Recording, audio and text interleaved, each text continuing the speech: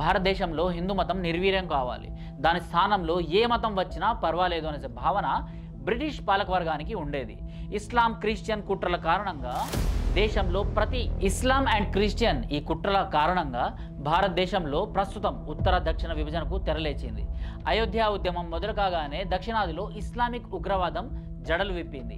Jamaat-e Islamic Hind పేరిట Islamic students organisation మొదలైంది. ఇస్లాం విస్తరించిన చోటనే అయోధ్య ఉద్యమం తీవ్రం కావడంతో అంతర్జాతీయ ఇస్లామిక్ ఫండమెంటలిస్ట్ సంస్థలకు ఏమీ పాలిపోలేదు. 1992 డిసెంబర్లో అయోధ్య ఉద్యమం దిగ్విజయంగా అక్రమ కట్టడమైన బాబ్రీని నేలకూల్చింది. దీంతో 1982లో మొదలైన ఇస్లామిక్ స్టూడెంట్స్ ఆర్గనైజేషన్ మొత్తం దక్షిణాది రాష్ట్రాలను లక్ష్యంగా చేసుకొని విస్తరించింది.